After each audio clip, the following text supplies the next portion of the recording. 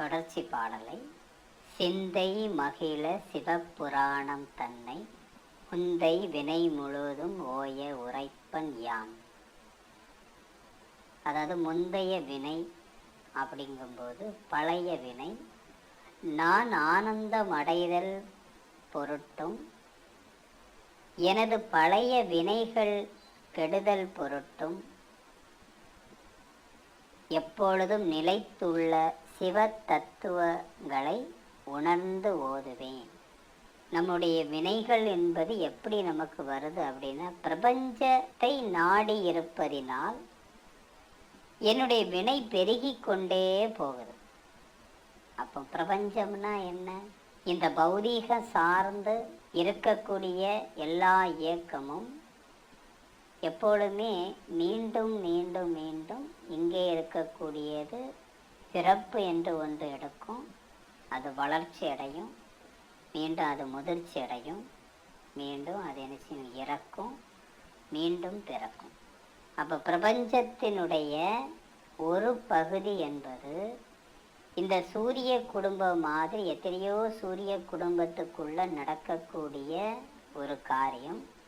நம்முடைய நினைவு முழுவதும் இந்த பிறப்புக்கான ரகசியம் என்பது நம்முடைய நினைவு எப்பொழுதுமே எங்க இருக்குது? இந்த பூமியை சார்ந்தே நினைவு இருக்கிறது, இந்த சூரிய மண்டலத்தை சார்ந்தே நினைவு இருக்கிறது.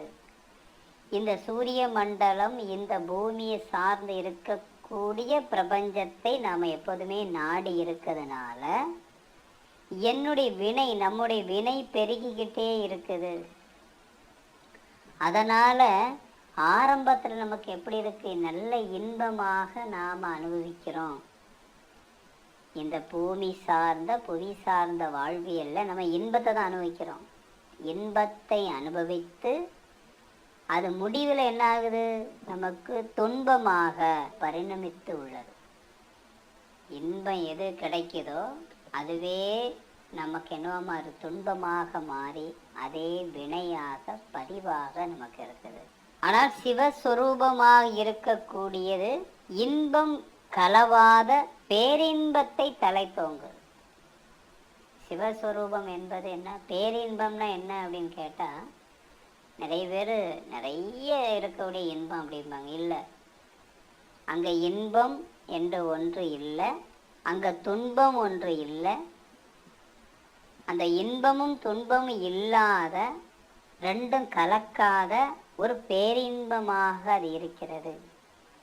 அப்படி பேரின்பமாக இருக்கக்கூடியத அந்த முதல் தத்துவமாக இருக்கிறது. அதே சிவ தத்துவமாக இருக்கிறதுனால அதுக்கு பேர் புராணம்னு பேர். சிவபுராணம் அப்படின்னா அதுக்கு என்ன? பழமையான பொருள். புராணம் என்பதனுடைய அர்த்தம் பழமையாக இருக்கக்கூடியது, மிக பழமையானது, சிவத்தத்துவமானது. அது அனைத்தும் இதற்கு முன்னமே இருக்குது. எப்போதுமே எல்லாத்துக்கும் முன்பாக இருந்ததே சிவத்தத்துவம். அந்த சிவத்தத்துவம் முன்னமாகவே இருப்பதுனால தான் அதனால் அது சிவபுராணம், அது புராணம் என்று சொல்லுது. கண் முதலான் தன் கருணை கண் காட்ட வந்து எய்தி.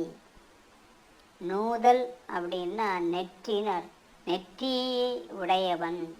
எல்லாத்துக்கும் நெற்றி இருக்கு, எல்லா ஜீவனுக்கும் ஒரு நெற்றி என்று ஒன்று இருக்கு. இந்த நெற்றி யாருடைய நெற்றியினுடைய தன்மை முழுமையாக்குனதோ அவங்களுடைய நெற்றிக்கு தான் மகத்துவம் இருக்கு. நமக்கும் இல்லாத நெற்றி இருக்கு. இந்த நெற்றிக்கு எப்போ மகத்துவம் வருது?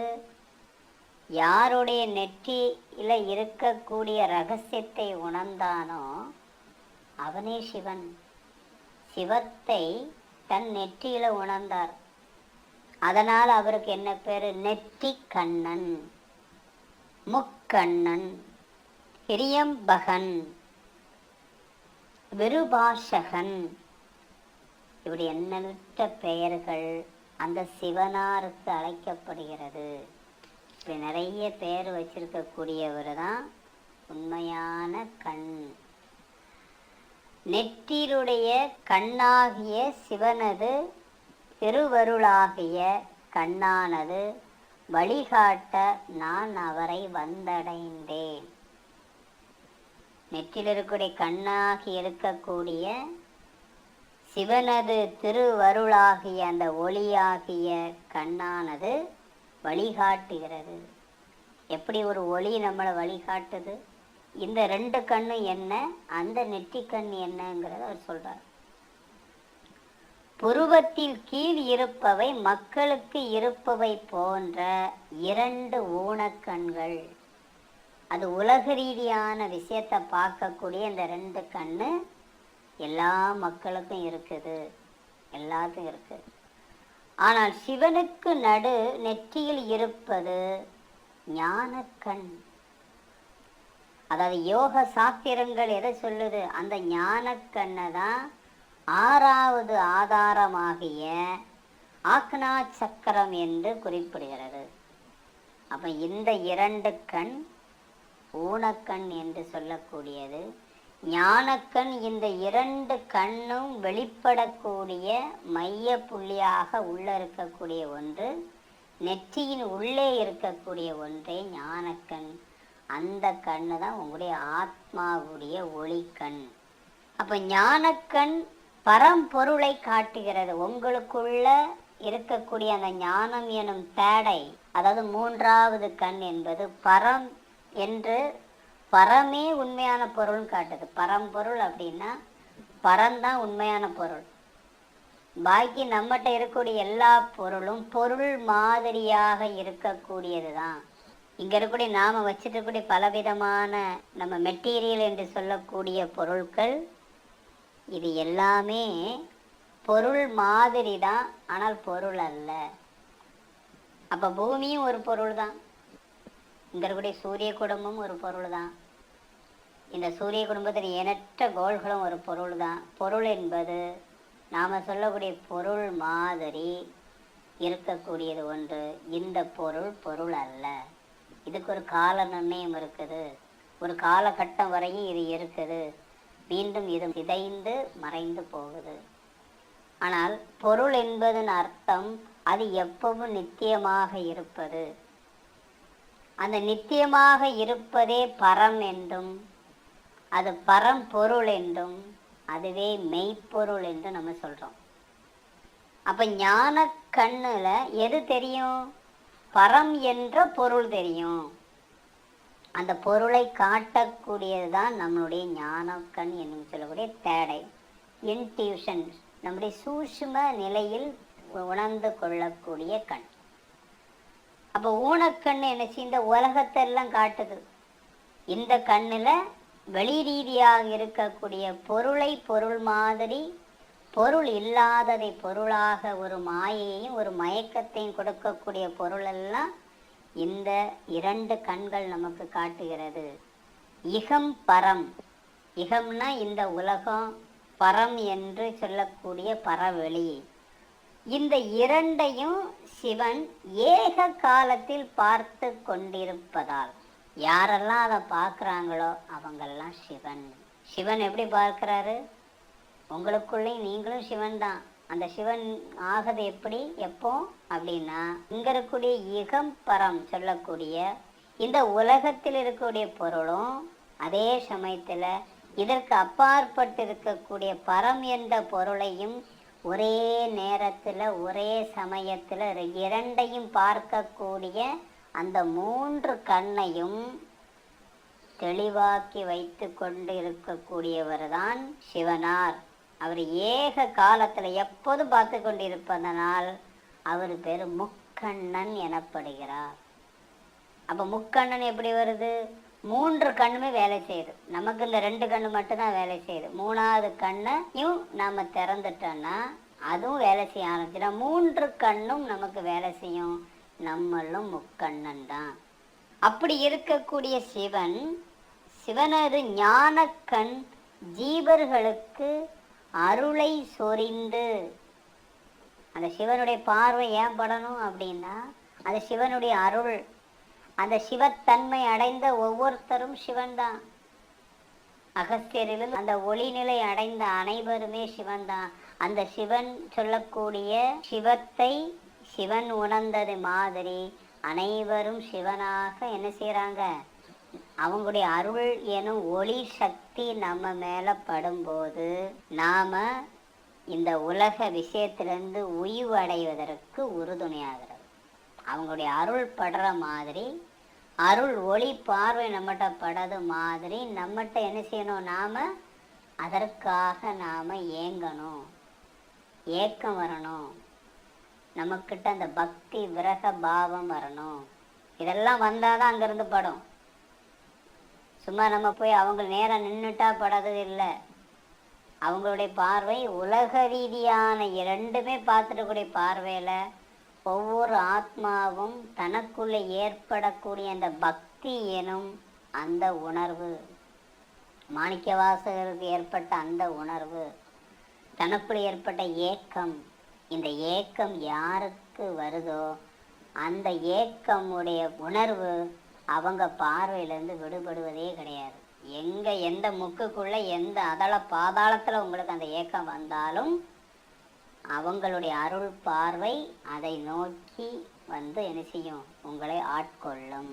எண்ணுதற்கு எட்டா எழிலர் கடல் இறைஞ்சி, எழில் அர் அப்படின்னா அழகு நிறைந்த, கடல்னா பாதம், இறைஞ்சுதல் அப்படின்னா வணங்குதல் அல்லது உருகுதல். கணக்கிட முடியாத மகிமைகளை அவனது திருவடியை வணங்கி, எல்லா மகிமையும் அவனுக்கு தான் இருக்கு. அந்த கணக்கிட முடியாத மகிமை, எந்த கணக்கும் போட முடியாத ஒரு மகிமை உடைய அவனுடைய திருவடியை வணங்குகிறேன். அனந்த கல்யாண குணமுடையவர் ஈஸ்வரன். அனந்த கல்யாணம்னா அந்த கல்யாணம் என்பதுங்கான மீனிங் என்ன, இணைதல், ஏகமாக ஒன்றிணைந்த உணர்வு, இப்படியெல்லாம் இருக்குது. அப்படி அனந்த கல்யாணம் தான் அவருடைய குணம். அந்த குணம் உடையவர் தான் ஈஸ்வரன். அவருடைய மகிமைகள் என்பது அவருடைய விபூதிகள் எனப்படுகிறது. விபூதின்னு சொல்கிறோம் இல்லையா, விபூதி அப்படின்னு நம்ம இது பண்ணக்கூட அதனுடைய மகிமையை நாம் வந்து என்ன செய்கிறோம், அந்த எசன்ஸாக ஆக்குறோம். இப்போ விபூதிங்கிற நம்ம பயன்படுத்துகிறோம். இந்த விபூதின்னு ஏன் அதுக்கு பெயர் வந்தது அப்படின்னா, இதனுடைய குணங்கள் இவ்வளோ மகத்துவமாகுவதற்கு முன்னாடி இது எப்படிலாம் இருந்திருக்கு அப்படின்னா, நம்ம பசுனுடைய சாணத்தை காய வச்சு அதை வரட்டியாக்கி அதை காய வச்சு எடுத்து அதுக்கு கூட சில பச்சைகள் யூஸ் பண்ணாங்க. திருநீர் பச்சளைன்னா பச்சளைகள், இதெல்லாம் அது கூட காய வச்சு எரிக்கப்பட்டு சாம்பலாக்கி, சாம்பலாகி வரும்போது அதனுடைய எல்லா தன்மைகளும் ஒரு மருத்துவ குணத்தோடு ஒரு யோகத்தினுடைய ஞானத்தினுடைய தன்மையும் வெளிப்படுத்தக்கூடிய ஒரு பொருள் அதில் உள்ள அடங்கி, இது எல்லாம் சேர்ந்து வரும்போது அது வந்து விபூதின்னு ஆகுது. அப்போ இதனுடைய தன்மைகள் எல்லாத்தையும் ஒன்றிணைந்து தன்மாற்றம் அடைந்து பரிணாமம் அடைந்த ஒரு எசன்ஸ் தான் சொல்லக்கூடிய விபூதிங்கிறது. போகர்லேருந்து சித்தர்கள் அனைவரும் என்ன கொண்டு வந்தாங்க, பலவிதமான ரசவாதம், நவ பாசானம், பாசானங்களை உருவாக்குது என்பது ஒரு சாதாரணமாக இருக்கக்கூடிய ஒன்றை அதுக்காக சக்தியை ஒன்றிணைந்து, எப்படி ஒரு செல்லை நாம் உடைக்கும் போது அதீத சக்தியை எடுக்கக்கூடியதுலேருந்து தான் பவர் நம்ம எடுக்கிறோம், கரண்ட் எடுக்கிறோம். இந்த செல்லை தனித்துவமாக பிரித்து அதை உடைக்கும் போது அதுக்குள்ளே அடங்கி இருக்கக்கூடிய சக்தி அளப்பரிய சக்தியாக வெளியில் வருது. அதைத்தான் என்ன சொல்கிறாங்க, அதுலேருந்து கரண்டே எடுக்கிறோம். எத்தனையோ நம்ம நாட்டுக்கு தேவையான கரண்ட் எடுப்பதுக்குண்டானது அந்த ஒரு செல்லுக்குள்ளே அடங்கி, அதே செல்லு ஒரு பொருளாக எல்லாம் ஒன்றிணைந்து சைலண்டாக இயங்கும்போது அதுக்கு ஒரு மகத்துவம் இல்லை, அதுக்கு ஒரு வேல்யூ தெரியலை. அப்படிப்பட்ட ஒன்றை தனியே பிரிக்கும் போது அதற்குள்ளே உறங்கி அடங்கி இருக்கக்கூடிய சக்தியை வெளிப்படுத்தக்கூடியது தான் அதனுடைய விபூதி, அதனுடைய பரிணாமம், பரிணமித்தல்னு அர்த்தம்.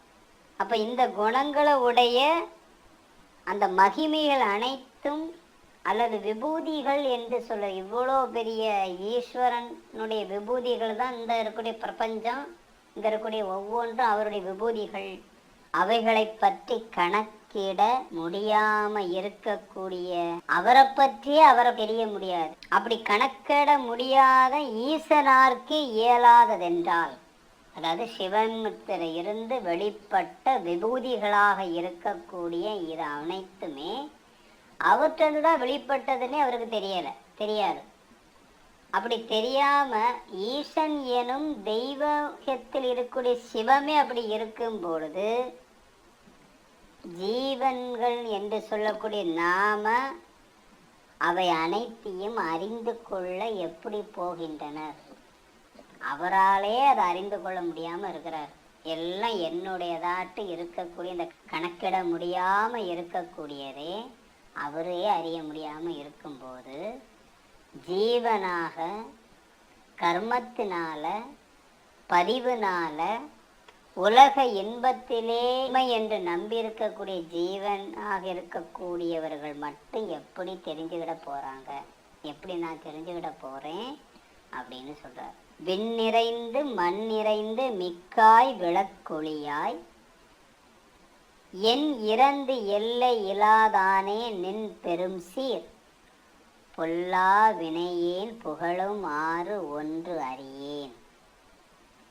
விளக்கு ஒளி அப்படின்னா எப்பவுமே பிரகாசத்தை உடையவன், எந்த குறை இல்லாத பிரகாசத்தை உடையவன் தான் விளக்கு ஒளியாய். சீர் அப்படிங்கும்போது ஒழுங்கோடு கூடிய இயற்கையினுடைய அமைப்பு, ஒரு சரியான சீர் வரிசை நம்ம சொல்றோம் இல்லையா? அந்த சீர் அப்படின்னாலே ஒழுங்காக முறையாக அந்த இயற்கையினுடைய அமைப்பு அவ்வளோ கச்சிதமாக இருக்குது. ஒவ்வொன்றுக்கும் என்ன ஒர்க் இருக்கோ, என்ன ஒரு சீர அமைப்புல உருவாக்கப்பட்டிருக்கிறதோ அதை அப்படியே அது அதனுடைய சீர அமைப்புப்படி நடைபெறுகிறது. இப்படி மிக்காய் அப்படின்னாலே அது எஞ்சி இருக்கக்கூடியவன், புகழும் ஆறு போற்றுகிற வழியில் வான் உலகு நில உலகு ஆகியவைகளை நிரப்பி அவைகளுக்கும் அப்பாலும் இருக்கிறாய். அவர் எப்படிலாம் இருக்கிறாரு? அந்த ஒளி வான் உலகத்துக்குள்ளேயும் நில உலகத்து, நிலம்னா பூமி உலகத்துக்குள்ளேயும் நிரம்பி அவைகளுக்கு அப்பாலும் இருக்கிறாய். நீ ஜோதியாய் இருக்கிறாய், அளவு கடந்து எங்கும் நிறைந்திருக்கிறாய். உன்னுடைய பேரமைப்பை பாராட்டுகிற வழியை நான் வினையில் கண்டுண்டு கிடக்கிற நான் சிறிதேனும் அறிந்திலேன். உன்னுடைய இவ்வளோ பெரிய பேரமைப்பு இருக்கிற ஒன்றை பாராட்டுகிற வழியை கூட என்னுடைய வினையினால நான் என்ன பண்ணிட்டு இருக்கேன்? இங்கே ஒன்றும் சொல்ல முடியாதவனா நாங்கள் இருக்கிறேன். அண்டமாக விரிந்திருப்பது இந்த பரம்பொருள், அவை யாவையும் கடந்திருப்பதும் இந்த பரம்பொருள். விரிந்தும் இருக்கிறான், கடந்தும் இருக்கிறான். அப்ப கடந்தும் இருப்பதனால அவருக்கு கடவுள் என்று பெயர் வந்தது. அந்த வான்வெளியில் கணக்கற்ற நட்சத்திரங்களாக ஒளிர்பவை யாவும் பரம்பொருளின் ஸ்தூல தோற்றமே. பரம்பொருடைய ஸ்தூலமான தோற்றங்கள் தான் இங்கே இருக்கக்கூடிய கோள்கள் எல்லாம். அது ஸ்தூலமான தோற்றம்தான். இத்தனை கோடி அண்டங்களில் ஒழுங்காக நடைமுறைக்கு வியப்புக்குரிய விஷயம்தான். இவ்வளோ பெரிய விஷயங்களும் ஒழுங்காக நடக்குதுன்னா அது பெரிய ஆச்சரியப்படக்கூடிய ஒரு காரியம்தான். நான் எப்படி இருக்கிறேன்? வினையினுடைய விளைவாக அந்த உடலை எடுத்து 5 புலன்களிலும் நாம் என்ன செஞ்சுக்கிட்டு இருக்கோம்? அதுக்குள்ளே லாக்காய் கிடக்கிற நான் இந்த அகிலம்லாம் பிரபஞ்சமாய் இருக்கக்கூடிய ஒன்றை எப்படி நான் அறிந்து கொள்ள முடியும்? சிவங்கிறது எப்படி இருக்கு? எல்லா அண்டத்திலையும் இந்த வான்வெளியிலும் பல கோடி நட்சத்திரங்கள் கோள்களாகவும் இருந்து பறந்து விரிந்திருக்கக்கூடிய உன்னுடைய மகிமையை அதை கண்டு அதை செய்யக்கூடிய ஒவ்வொரு நடைமுறை செயல்களையும் பார்க்கக்கூடிய நான் எங்கே இருக்கிறேன்னா வினையாக இருக்கக்கூடிய இந்த உடம்பை எடுத்து, வினையே தேகம் கண்டாய் என்ற நிலையில் இந்த உடம்பை எடுத்து என்னுடைய 5 புலன்கள் சொல்லக்கூடிய 5 விதமான எந்திரியங்கள் என்று சொல்லக்கூடிய தொடு உணர்வு, சுவை உணர்வு, வாசனை உணர்வு, கேட்கக்கூடிய உணர்வு, பார்வை உணர்வு என்று சொல்லக்கூடிய 5 இதுலேயும் நான் அந்த இன்பத்திலே நான் அடிமையாகி கிடக்கக்கூடியவன் எப்படி ஒன்றை அறிந்து கொள்ள முடியும்? எப்படி அறிந்து கொள்ள போகிறேன்?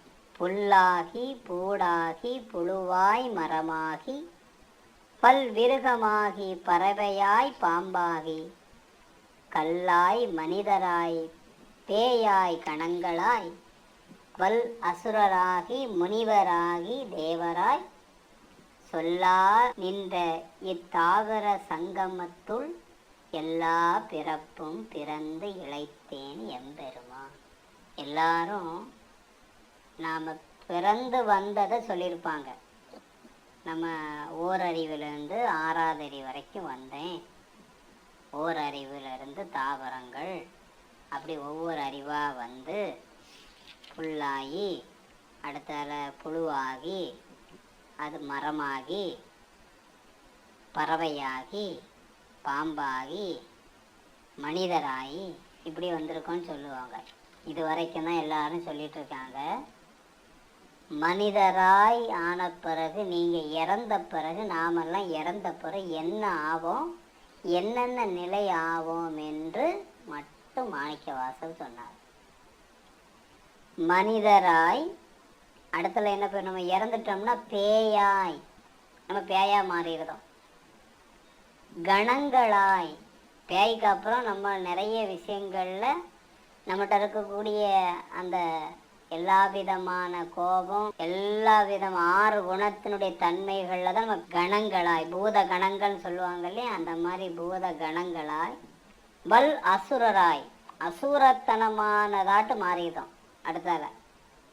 அடுத்தல முனிவராய், அசுரம் ஆன பிறகுதான் அவன் என்னவா மாறும், அடுத்தால முனிவராய் தேவராய், இப்படி சொல்லாத நின்ற இந்த தாவரத்தில் இருந்து இது வரைக்கும் உள்ள அந்த சங்கமத்துக்குள்ள எல்லா பிறப்பும். இப்போ இறந்த பிறகு இந்தந்த நிலை ஆன பிறகுதான் ஒருத்தர் என்ன பண்ணுறாரு, முனிவராய் வந்து தேவராய், மறுபடியும் அந்த தேவராய் நிலையில் மாறி வந்த பிறகு மறுபடியும் நான் என்ன பண்ணிடுறேன், இப்படி இவ்வளோ பிறப்பு எடுத்த பிறகு இப்படி பிறந்து பிறந்து இளைத்தேன் எம்பெருமான். இவ்வளோ பிறப்பு எடுத்து நான் என்ன செஞ்சேன், இந்த பிறவிகளை எடுத்து எடுத்து நான் என்ன செஞ்சிட்டேன், பிறவிலே சலித்து போயிட்டேன். அதனால் இந்த பிறவிகளிலிருந்து சலிப்படைந்த என்னை என்ன செஞ்சிரு, நீ ஆட்கொண்டு விடு. சிவமான இறைவன் தாமே ஜடப்பொருள் ஆகிறார். பின்பு அதுவே பஞ்சபூத பொருளாக பரிணாமித்து உயிர்கள்லாம் தோன்றுகிறது. இந்த உயிர்கள் நிலையிலிருந்து நம்ம ஞான நிலை வரையும் படிப்படியாக பரிணமித்து கொண்டே போகின்றது. நீங்கள் ஞான நிலை என்ற இந்த செல்ஃப் ரியலைசேஷன் நிலை வரது வரைக்கும் இந்த சர்க்கிள் வந்து நிற்காது. இது பரிணமிச்சுக்கிட்டே தான் போய்கிட்டே தான் இருக்கும். இந்த பரிணாமத்தில் எல்லா ஜீவனும் ஒரே முறையில் மேலே வருவதில்லை. இந்த பரிணாமம் நடந்துக்கிட்டே இருக்கும்போது எல்லாரும் ஒரே மாதிரி மேல்நிலைக்கு வருவதில்லை. அவரவர் வினைக்கு தக்கவாறு ஏற்ப வழிகள் பலவிதமான நிலையில் உள்ளது. அப்போ சித்தர் மார்க்கம் என்பது என்ன சொல்கிறாங்க, இதுவரைக்கும் உடல் எடுத்து மனித உருவம் வந்த பிறகு நீங்கள் சித்தன் என்ற நிலைக்கு ஆயிரணும். சித்தன் என்பவனே முக்தன். அப்போ சித்தன் முக்தன் ஏன் நம்ம ஆகணும் அப்படின்னு எதுக்காக நம்ம அந்த குருநாதர் அகஸ்தியருடைய வழிமுறையில் ஏன் திரும்ப திரும்ப உங்களை எல்லாத்தையும் அந்த நிலைக்கு போது சொல்லுன்னா, இந்த உடம்பு எடுத்தது இந்த ஒரு டைமு தான். இதுக்கப்புறம் உடம்பு கொஞ்ச நாள் நமக்கு கிடைக்காது. அவர் சொன்ன மாதிரி பேயாய் அலைஞ்சி பேயாய் பூத கணங்களாய் இப்படிலாம் நம்ம வரதே பல ஆண்டுகள் பலவிதமான யுகங்கள் கூட நமக்கு போயிருமா. ஏன்னா நம்மளுடைய ஆத்மா அந்த விழிப்பு நிலை அடையாத நிலையாக இருந்தால் பல பேருடைய இதில் நாம் அகப்பட்டு விடுவோம். சித்தர் மார்க்கத்தில் அது இருக்குது. அகஸ்தியருடைய ஞான மார்க்கத்தில் இந்த ஆத்மா விழிப்பு நிலை அடைவதை நீங்கள் தவற விடுமே ஆனால் அடுத்த இது நமக்கு இந்த உடல் கொடுக்கறது ரொம்ப டைம் ஆகுமா. ஏன் அப்படி என்றால் உங்களுக்கு கொடுத்த இந்த வாய்ப்பை நீங்கள் பயன்படுத்தலைன்னா அடுத்த வாய்ப்பு நமக்கு கொடுக்கப்படாது உடனே. ஏன், மற்ற ஜீவன்கள் எல்லாருக்குமே என்ன செய்யுதோ அதைத்தான் நாம் எல்லாரும் செஞ்சிட்ருக்கோம். நம்ம 6 அறிவுன்னு வச்சுக்கிட்டாலும் 5 அறிவு இருக்கக்கூடிய ஜீவன் என்ன செய்யுதோ அந்த பணியை தான் நாமளும் செய்கிறோம். அதுவும் இனப்பெருக்கம் பண்ணியிருக்கு, நாமளும் இனப்பெருக்கம் பண்ணுவோம். அதுவும் பசிச்சா சாப்பிடு, நம்ம கொஞ்சம் பிளான் பண்ணி சாப்பிடுதோம். அது தேவைக்கு சாப்பிடுது, நம்ம தேவையில்லாமல் சாப்பிடுதோம். அதுக்கு தேவை என்று வரும்போது பசி மட்டுமே அதுக்கு உணர்வு, தாகம் என்ன உணர்வு, இனப்பெருக்கத்துக்கான உணவு செய்யும்போது அது ஒரு தன் இனத்தோட ஒன்று சேர்க்குது. அவ்வளோதான். மனிதனாக பிறந்து என்ன பண்ணியிருக்கோம், அதே வேலையை கொஞ்சம் எலாபரேட்டாக ரொம்ப டிசைனிங்காக நிறைய விதமான ஆசையோடு நம்ம பண்ணிகிட்ருக்கோம். அவ்வளோதான். வேறு எந்த வித்தியாசமும் அதுக்கு நமக்கு ஒன்றும் கிடையாது. அப்போ இந்த உடலை கொடுத்து அந்த மானிட பிறப்பு கொடுத்த பிறகு நாம் என்ன பண்ணுறோம், இந்த உடலுக்கான முழுமையான அறிவு உள்ள இந்த உடலை நம்ம எப்படி பயன்படுத்துகிறோம், முழுமையாக பயன்படுத்தலை. அப்போ முழுமையாக பயன்படுத்தாத ஒரு ஆளுக்கு எதுக்காக இந்த முழுமையான உடலை கொடுக்கணும்? இப்போ நீங்கள் உங்கள் வீட்டில் இருக்கிறீங்க, உங்கள் வயசான பாட்டி இருந்தாங்கன்னா அந்த பாட்டிக்கு நீங்கள் ஆப்பிள் ஃபோனோ அல்லது வேறு ஏதாவது இப்போ இருக்கக்கூடிய ஸ்மார்ட் ஃபோனோ கொடுப்பீங்களா? அவங்கள அதை பற்றியே பயன்படுத்த தெரியாது. அவங்க சும்மா கையில் வச்சுருப்பாங்க அல்லது சும்மா அப்படி தூக்கி போட்டாங்கன்னா அது உடையும். அப்போ தெரியாத ஒரு ஆளுக்கு அந்த ஃபோனை நம்ம கொடுக்காம நம்ம என்ன செய்வோம், சாதாரணமான ஒரு பட்டன் ஃபோனுக்கு வாங்கி கொடுப்போம். இதை அமுக்கு, இதில் பேசுன்னு சொல்லுவோம். அவ்வளோதான். இதே மாதிரி தான் இந்த உடலை பற்றி உள்ள அறிவு, அந்த ஞானத்தை வளர்த்து கொண்டு மேன்மை நிலை போகாத நமக்கு இதே போல ஒரு உடல் இனிமே அவங்க ஞானம் பெறுவதற்கு தன்னை அந்த வெளிப்பு நிலையை நாம் பெறுவதற்கு நமக்கு கொடுப்பது கிடையாது. எந்த ஆத்மா அந்த விழிப்பு நிலைக்கு இருக்குதோ அந்த ஆத்மாவினுடைய விழிப்பு நிலைக்கு உடல் கொடுப்பதும் அல்லது விழிப்பு நிலையினுடைய ஓரளவுக்கு வளர்ச்சி அடைந்தவர்கள் உடலே தேவையில்லை, அது விழிப்பு நிலை அடைஞ்சிட்டு. அப்போ சித்தன் என்ற நிலையில் நாம் நம்மளை தயார்படுத்தி கொண்டோமே ஆனால் இந்த உடல் தேவையில்லை. உடல் எடுக்கிறதுக்கான அவசியம் இல்லாமல் நீங்கள் சித்தன் எனும் முக்தன் நிலைக்கு நம்ம வரோம். அப்போ சித்தர் மார்க்கம் என்பது ஒவ்வொருத்தரும் ஏன் சித்தனாகணும் அப்படின்னு சொன்னான்னா நமக்குள்ளே இருக்கக்கூடிய அந்த கீழ்கதியிலேருந்து மேல்கதி நிலைக்கு நீங்கள் உங்களை விழிப்பு அடைய செய்து கொள்ள வேண்டும். அந்த விழிப்படைய செய்துக்கு தான் அந்த உடம்பு எடுத்திருக்கோம். பாக்கி எல்லாம் நீங்கள் இங்கே சொல்லக்கூடிய எல்லாமே ஒரு மாயை என்ற ஒரு கற்பனையானது தான். ஒவ்வொருத்தரும் வெளிப்படைய செய்வதற்காகவே இந்த உடல் எடுக்கப்பட்டது. அந்த உடல் எடுத்தவர்கள் எல்லாம் எடுத்த நோக்கத்தை நிறைவு செய்தார்கள். அவங்க சித்தனாக முக்தனாக யோகியாக மாறினாங்க. எடுக்காத அனைவருமே பாவியாக இருக்கிறோம். அவ்வளோதான் வித்தியாசம். அப்போ இந்த நிலையில் அவரவர் வினைக்கு தக்கவாறு அந்த வழி இருக்கும். அந்த வழி எப்படி வரும்னு தெரியாது அப்படின்ட்டார். ஏ உன் பொன் அடிகள் கண்டு இன்று வீடு உற்றேன். மெய்யே அப்படின்னா சந்தேகத்துக்கு இடமில்லாதவனே, உனது ஒப்பற்ற திருவடிகளை சேவிக்கவே அது எனக்கு வீடு பேறு ஆயிற்று என்பதில் சந்தேகம் இல்லை. அந்த திருவடி அப்படின்னா என்ன? ஒப்பற்ற திருவடி. திருவடி என்றால் அந்த 3 கண்ணை தான் திருவடின்னு சொல்கிறோம். எல்லாரும் நம்ம திருவடின்னா கால் பாதம் நினைக்கிறோம். இல்லை, திருவடி என்பது உங்களுடைய கண்கள். அந்த கண் 2 கண் ஊனக்கண், 1 கண் ஞானக்கண். இந்த 3 கண்ணும் ஞானக்கண் தான். அதனால தான் அவருக்கு முக்கண். அந்த 3 கண்ணையுடைய ஒளியாக இருக்குது. எனக்குள்ள அப்படி தான் இருக்குது, உங்களுக்குள்ளேயும் அப்படி தான் இருக்குது சிவனே. அந்த ஒளியாக இருக்கக்கூடிய திருவடியை எனக்கு வீடு பேறு அடையக்கூடியதுலேருந்து எனக்கு எந்த சந்தேகமும் இல்லை. இந்த ஒளி எங்கே வருதோ அந்த ஒளியை நோக்கி என்னுடைய கவனத்தை கொடுக்கிறேன். அப்படி திருவடி என்று சொல்லக்கூடிய அந்த ஒளியை நோக்கி செல்வதே நம்மளுடைய தியானம். ஏன் துருவ நட்சத்திர தியானம் பண்ண சொல்கிறோம்? அந்த ஒளியை நோக்கி, திரு அடியை நோக்கி, அந்த அடியை நோக்கி நீங்கள் தியானம் செய்ய செய்ய உங்களுக்குள்ளே இருக்கக்கூடிய அந்த ஒளி என்ன செய்யுது? உங்களுக்குள்ளே இருக்கக்கூடிய திருவடி ஒளி பொருந்தியதாக ஒளி வீசுகிறது. பிறவியில் தத்தளித்து நாம் இருக்கக்கூடிய இடத்துக்கு வந்திருக்கோம். இந்த பிறவியில் தத்தளித்து தான் இந்த இருப்பிடம், இந்த இடத்துல நாம் வந்திருக்கோம். என்னை அடைந்த உடனே ஐயம் தெளிகிறது. நம்ம தத்தளிக்க காரணம் என்ன? பலவிதமான பிறப்புல தான் நம்ம என்ன செஞ்சிட்ருக்கோம்? நம்ம தத்தளிச்சுக்கிட்டே இருக்கிறோம். எப்போ நமக்கு பூர்ணமான நிலை வரும்னா, உன்னை அடைந்தவுடன், என்னக்குள்ளே உன்னை அடைந்தவுடன், என்னில் உன்னை அடைந்தவுடனே எனக்கு இந்த சந்தேகம் என்ற எல்லாம் தெளிவாகிறது. தெளிந்த நீரில் எப்படி தெளியுதோ, எப்படி உள்ள கீழே இருக்கிறது தெரியுதோ, எப்படி விளக்கு ஏற்றினால் இருப்பதை நாம் பார்க்கிறோமோ, அதே போல எனக்கு அனைத்தும் தெளிவாக இருக்கிறது. உய்ய என் உள்ளத்துக்குள் ஓங்காரமாய் நின்ற, என் உள்ளத்தின் உள்ளே ஓங்காரமாக நீ ஒலித்து கொண்டு இருப்பதை நான் உணரும் போது உய்வடைகிறேன். ஓங்காரமாய் நின்ற, ஓங்காரம்னு என்ன?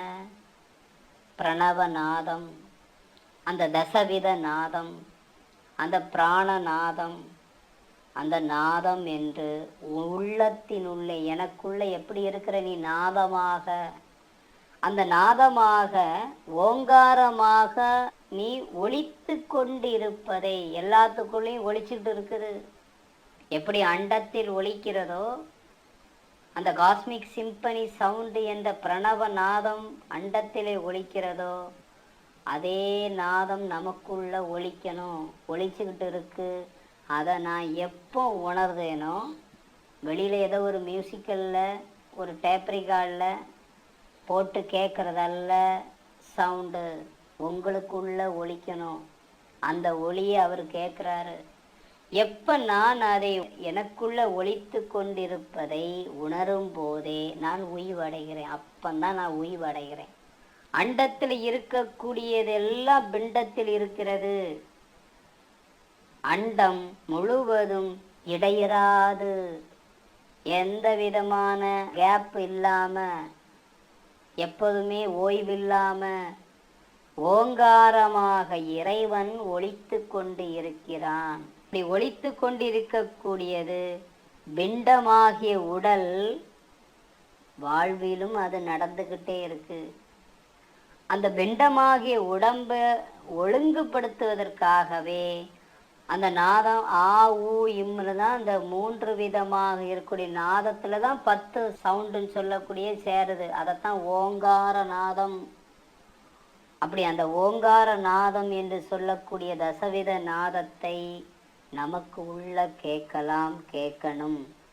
இந்த உடல் சீர்படுத்துவதற்கு ஏற்ப அதற்கு நம்ம யோக சாதனையினுடைய அனைத்துமே இதுக்குள்ள இருக்குது. வெறும் வார்த்தையில பாடுவதல்ல விஷயம். இந்த உடல் சீர்படுத்துவதற்கு ஏற்ப இந்த நாதம் நமக்கு கேட்குது. எப்படி சீர்படுத்துது?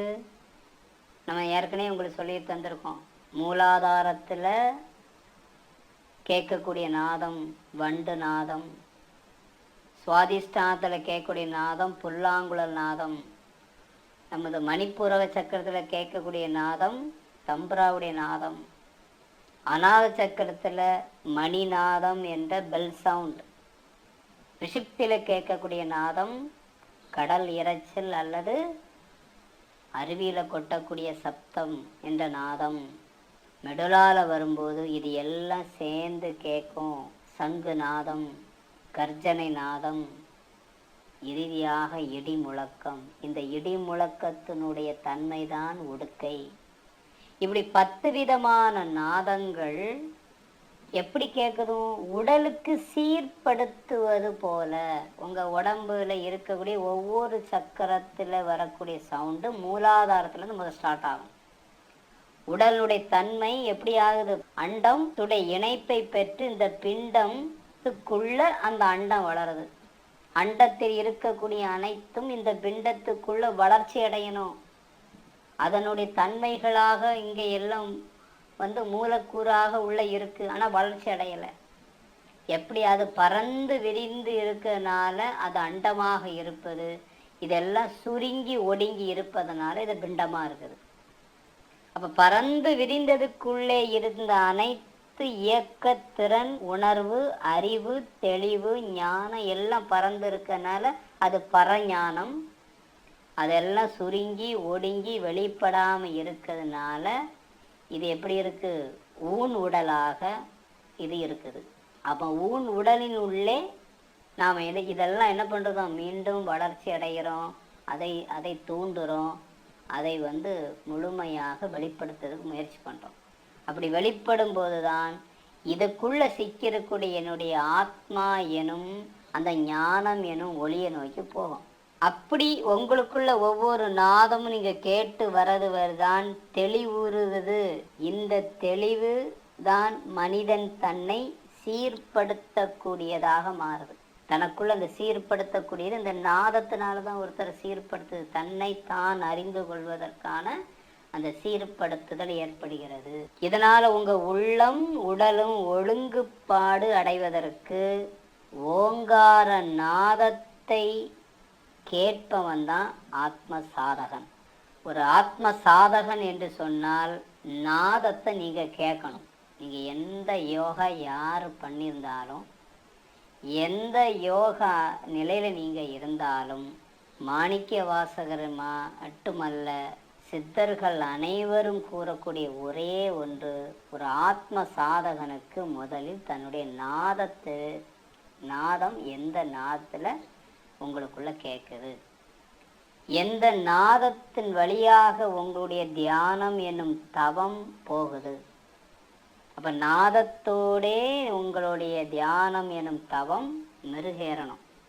அப்படி மெருகேற்றி செய்யக்கூடிய இந்த நாதத்தோடு தான் நீங்க ஒளியில போய் சேர முடியும். நாதத்தோடு தான் ஒளியினுடைய வளர்ச்சி ஏற்பட போகுது. அப்ப நாதத்தை கொண்டு ஒளியிலே இணைப்பவர் தான் ஆத்ம சாதகன். அந்த ஆத்ம சாதகன் உயர்வு பெறுவதும் அல்லது முக்தி அடைவதற்கான நிலை வந்து விட்டது என்று இப்படி நாம ஒருத்தரை கண்டுபிடிக்கிறது அப்படின்னா, மாணிக்கவாசகர் சொல்றாரு, ஓங்கார நாதம்தான் அப்படி ஒரு நிலையை ஊர்ஜிதப்படுத்துகிறது. யாரு அந்த ஏரியாவில் தொட்டிருக்கீங்க அப்படின்னா உங்களுக்குள்ள கேட்கக்கூடிய நாதத்தினுடைய தன்மையை பொறுத்து நீங்கள் என்ன ஆயிருக்கீங்கன்னு அர்த்தம். நீங்கள் முக்தி நிலை என்ற ஒன்றில் நீங்கள் என்ன செஞ்சுட்டுங்க, நீங்கள் போயிட்டு இருக்கீங்கன்னு அர்த்தம். முக்தி எனும் உய்வு நிலை அடைவதற்கான ப்ராசஸ் அந்த ஏரியாக்குள்ளே வந்திருக்கீங்க. நாதம் கேட்கலன்னா நீங்கள் உங்களுக்குள்ள ஒன்றுமே நடக்கலைன்னு அர்த்தம். நீங்கள் என்ன பண்ணாலும் சரிதான், அந்த நாதத்தை நீங்கள் கேட்கலைன்னா உங்களுக்குள்ள அந்த ஓங்கார நாதம் சிவமுடைய தன்மையாக உங்களுக்குள்ள இருக்கக்கூடிய அந்த நாதம் கேட்கவில்லை என்றால், கேட்கறதுக்கான உங்கள் சாதனை எந்த உதவி செய்யவில்லை என்றால் நீங்கள் அந்த சாதனை துறந்து விடணும். எந்த சாதனை மூலமாக உங்களுக்குள்ள ஓங்கார நாதத்தை தூண்டுகிறோ அந்த நாதத்தை நீங்கள் தொடர்ந்து செயல்படுத்தணும். அப்படி அந்த நாதம் கேட்கக்கூடியதை வச்சு தான் நீங்கள் என்ன பண்ணிட்டீங்க, முக்தி நிலையை நோக்கி நீங்கள் நகர்ந்து கொண்டதுக்கான ஒரு ஊர்ஜிதம். வெளியில் யாருங்க சர்டிஃபிகேட் கொடுக்க முடியாதுங்க. வெளியில் யாருங்க சர்டிஃபிகேட் தரதில்லை. எல்லாரும் சும்மா பேர் வச்சுக்கிடலாம். உங்களுக்கு நீங்கள் ஆனந்தம் சொல்லி பேர் வச்சிடலாம், என்ன பேர் வேணாலும் ஆனந்தத்தை வச்சுக்கலாம். ஆனால் நமக்குள்ள அந்த நாதம் கேட்டால் மட்டும்தான் அதுதான் உண்மையான சான்றிதழ். என் உள்ளே இருக்கக்கூடிய சிவம், எனக்குள்ளே அறிவாக இருக்கக்கூடிய சிவன், என்னுடைய ஆத்மாவிலே நான் போய்கொண்டிருக்கின்ற பாதையை, நிலையை, தன்மையை எனக்கு ஊர்ஜிதப்படுத்துவது நாதம். அப்போ ஒரு ஆத்ம சாதனுக்கான அவரவருக்கான ஊர்ஜிதமே அந்த நாதம் என்று கூறுகிறார். மெய்யா விமலா விடைப்பாகா வேதங்கள் ஐயா என ஓங்கி ஆழ்ந்து அகண்ட நுண்ணியனே, மெய்ப்பொருளாக தூயவனே, வேதங்களால் ஐயாவென்று அழைக்கப்படுபவனே. ஐயா அப்பான்னு ஏன் கூப்பிடுறோம்? அப்படி இருக்கக்கூடியவன் எப்படி இருக்கிறாரு? நீ உயர்ந்தும் இருக்கிற, தாழ்ந்தும் இருக்கிற, விரிந்தும் இருக்கிற, உள்ள சூஷ்ம பொருளாய் ஆகின்றாய். எல்லாத்துக்குள்ள சூஷ்மமாகவும் இருக்கிற. காலம் தேசம் என்ற எந்த நிலையிலும் பாதிக்கப்படாமல் இருப்பவன். அவன் எப்படி இருக்கான்? மெய்யாக உண்மையானவன் அவன்தான். அவனுக்கு காலம் இல்லை, தேசம் இல்லை, எந்த எல்லைக்கு உட்பட்ட இல்லாமல் எந்த பாதிப்பும் அவனுக்கு இல்லை. அப்படி பாதிக்கப்படாமல் இருப்பவன், அவனுக்கு புறம்பாக அவனுக்கு இணையாக ஒரு பொருளும் இங்க இல்லை. அவருக்கு இணையான எந்த பொருளும் இல்லாததால் பேர் விமலன் அல்லது விடைப்பாகன். பெரிய பொருள் எதுன்னா அது இறைவன் தான், அந்த இறையனும் சிவன் தான் என போற்றுவது தான் வேதங்களுடைய நோக்கம். வேதங்களுடைய நோக்கம் என்ன இருக்கு? இறைவன் தான் பெரிய பொருள் என்று, அந்த பெரிய பொருள் எனப்படுவதே இறைவன்தான் என்று வேதங்களுடைய நோக்கமே அதுதான். அதுக்கு மேலும் கீழும் நடுப்பாகம் ஆகிய எங்கும் நீக்கமர மறைந்து இருப்பதனால தான் அவனுக்கு பேர் பரமன். அவன் நுண்ணியனாக எனப்படுகிறான். ரொம்ப நுட்பமானவன் அவன்தான். விரிந்து இருப்பதும் அவன்தான், ஒடுங்கி இருப்பதும் அவன்தான், பறந்து இருப்பதும் அவன்தான், எல்லாமே அவன்தான். வெய்யாய் தனியாய் ஏமானன் ஆம் விமலா, பொய் ஆயின எல்லாம் போய் அகல வந்து அருளி. வெய்தல் அப்படின்னா காய்த்தல் என்ற அர்த்தம். தனிதல் தணுப்பு. வெய்தல் அப்படின்னா வெப்பமாக, தனிதல்னா தணுப்பாக, இயமானன் அப்படின்னா உயிராக இருக்கக்கூடியவன், அல்லது எல்லாத்துக்கும் எஜமானன். அவன் எப்படி இருக்கார்? உஷ்ணமாகவும் வெப்பமாகவும் இருக்கிறார், தணுப்பாகவும் குளிர்ச்சியாகவும் இருக்கிறார், உயிர்த்துவமாகவும் இருக்கிறார், உயிர் சக்தியாகவும் இருக்கிறார், உள்ள பரிசுத்தவனாகவும் இருக்கிறார். என்னிடத்து அனித்தியமானதை எல்லாம் அகற்றுவதற்கு அருள் புரிகிறார். அனித்தியம் நித்தியம்னா என்ன? நித்தியம்னா என்ன? எப்போதுமே இருக்கக்கூடியது. அது நித்தியமா இருக்கக்கூடியது. அதுக்கு எப்போதுமே மறைவு இல்லை, அதுக்கு எப்போதுமே தோற்றம் இல்லை, அதுக்கு ஒரு முடிவும் இல்லை. அது எப்போது இருக்கக்கூடியதான் நித்தியம். அதனாலதான் நித்திய புருஷன் அப்படின்னு நம்ம சொல்றோம். அனித்தியம்னா என்ன?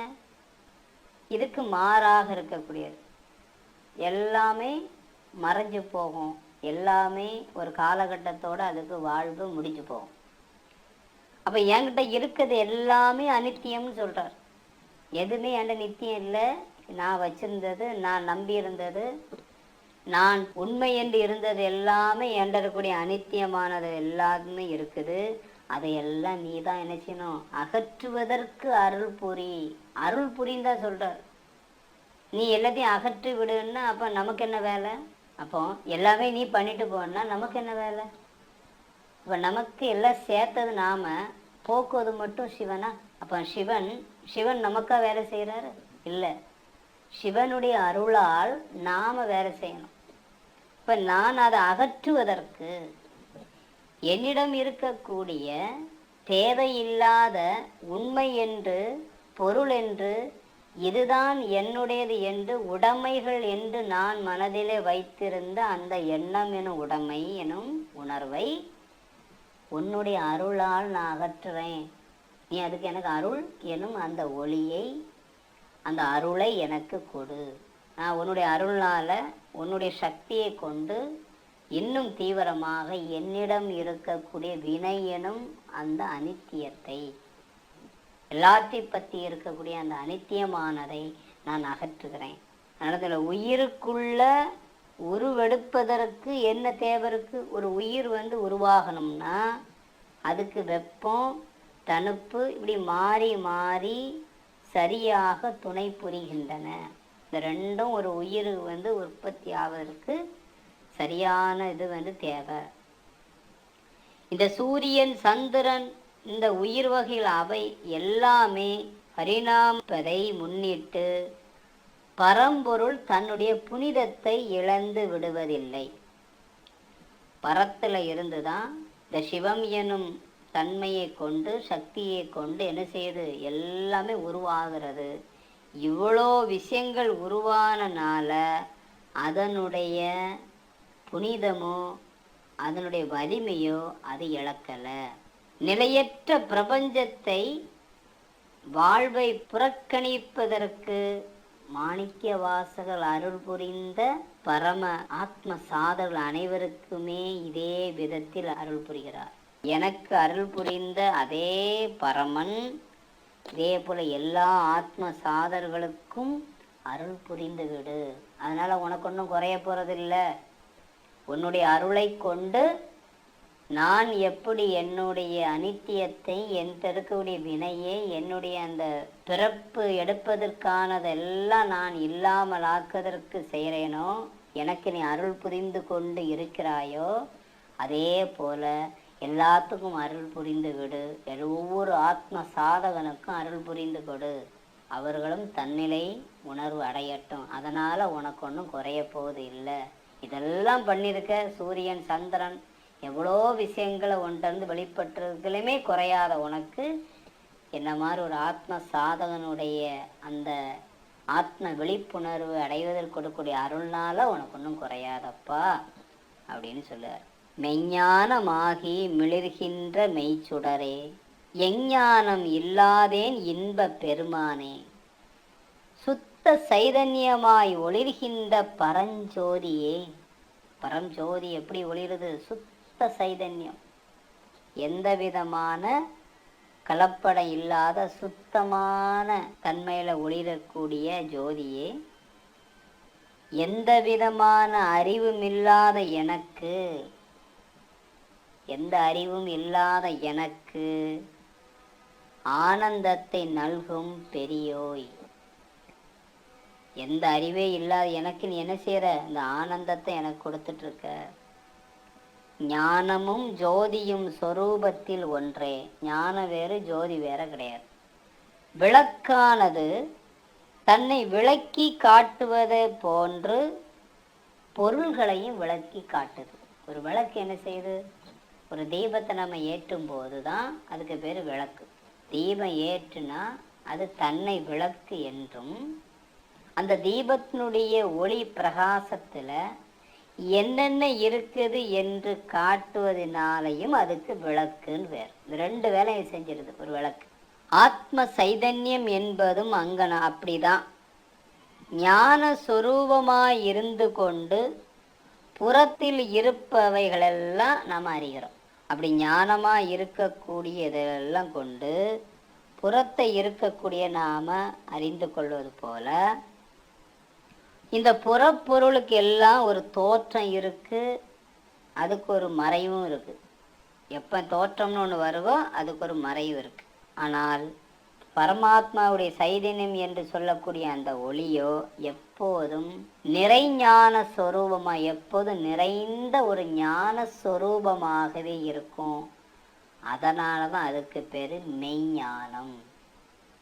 மெய்யாக, ஞானமாக, மெய் என்ற உண்மையாக, ஞானம் என்ற ஒளியாக எப்போதுமே இருக்குது. இப்போ சந்திரனை பார்த்தீங்கன்னா அதுக்கு ஒரு சுயமாட்டு அதனுடைய ஒளி அதுக்கு கிடையாது. சந்திரனுக்கு சுயமாட்டு ஒரு ஒளி பிரகாசம் கிடையாது. அது என்ன செய்யுது? அது சூரியன்கிட்ட அந்த வெளிச்சத்தை வாங்கிக்கிட்டு அது மிளிர்வதை போல. அப்போ ஜீவன்கள் என்ன பண்ணுறாங்க? நாம் அதே போல் தனியாட்டு நமக்கு சைதன்யம் இல்லை. தனியாட்டு ஒரு ஒளித்தன்மை என்று நமக்கு கிடையாது எப்போதுமே. அப்போ அது நம்ம ஆத்மாவில் ஒரு ஒளி ஏன் வருதுன்னா அது சிவ சைதன்யம் சொல்லக்கூடிய சிவம் எனும் ஒளியில் இருந்து இந்த ஜீவன் சொல்லக்கூடிய இந்த ஆத்மா ஒளிகிறது. அப்படிதான் நமக்கு இருக்குது. அப்போ நாம் இயல்பாக ஒரு ஒளி எப்படி வருதுன்னா அது சிவம் எனும் பரம் ஒளி பழம்பாக ஒளியாக வீற்றிருப்பதால் எங்கும் நிறைந்த அந்த ஒளி பிரகாசம் இருப்பதனால, அதிலிருந்து வந்ததுனால, அதனுடைய தன்மையை கொண்டதுனால இதுக்கு ஒரு ஒளி இயல்பா இருக்கு. எப்படி சூரியனுடைய ஒளியை எடுத்து சந்திரன் பிரகாசிக்கதோ, அதே போல நாம் அனைவரும் சிவம் எனும் இந்த பரத்தில் இருந்து தான் நம்ம ஒளியை உள்வாங்கி பிரகாசிக்குது. அதைத்தான் வளர்க்கிறோம். ஏற்கனவே சிவமாக இருக்கிற நாம் நம்முடைய வளர்ச்சியை வளர்ப்பதன் மூலமாக வினை எனும் இருள போய் உடலெடுக்கிலிருந்து வினையை தாண்டி சிவகதியில் சிவத்தன்மையில் நம்மளை வளர்ச்சி அடை செய்கிறோம்.